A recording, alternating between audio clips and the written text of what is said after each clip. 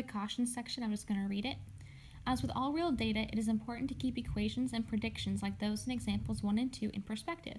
In example 1, for instance, it might not be reasonable to assume most people will ever achieve 95% recall of the words.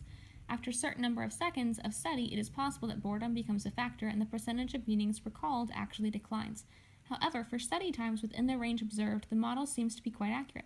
As always, it is more acceptable to interpolate than extrapolate, so always within your data instead of outside of the data. Different nonlinear models may describe the same data set. In particular, a square root function models the data in example 1. In absence of a theory-based model, trial and error, the goodness of linear fit, and the analysis of residuals serve as guidelines for choosing one model over another. We did this again in chapter 1, section 8. They're just showing us now that we know logs, hey, it's another parent function that we didn't know before.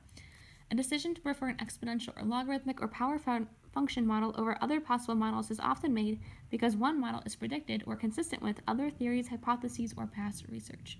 So, to summarize all that, what were the cautions? What are things you have to look out for? And then, are they actually worth it?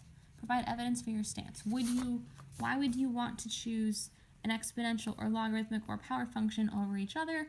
And what's the difference between like a square root versus a cube root? That shape, or a log? Or could you change the log to look like a square root, more exact or off, or any of those?